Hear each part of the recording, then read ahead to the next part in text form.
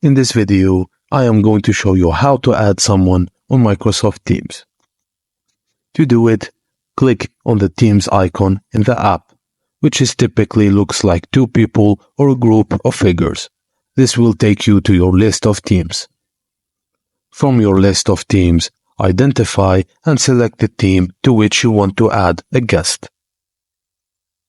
Next to your selected team, click on More Options, often represented by 3 dots or an ellipsis. From the drop-down menu that appears, choose Add Member to start the process of adding a new guest to your team. Type in the email address of the guest you wish to add.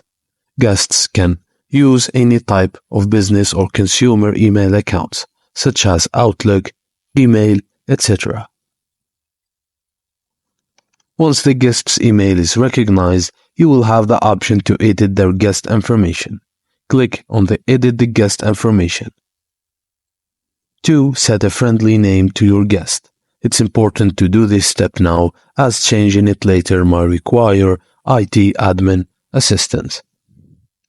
After entering and editing your guest's details, click Add to finalize the process. And that's it, guys. Your guest will receive a welcome email with an invitation to join the team. Thank you for watching, and please don't forget to like and subscribe for more.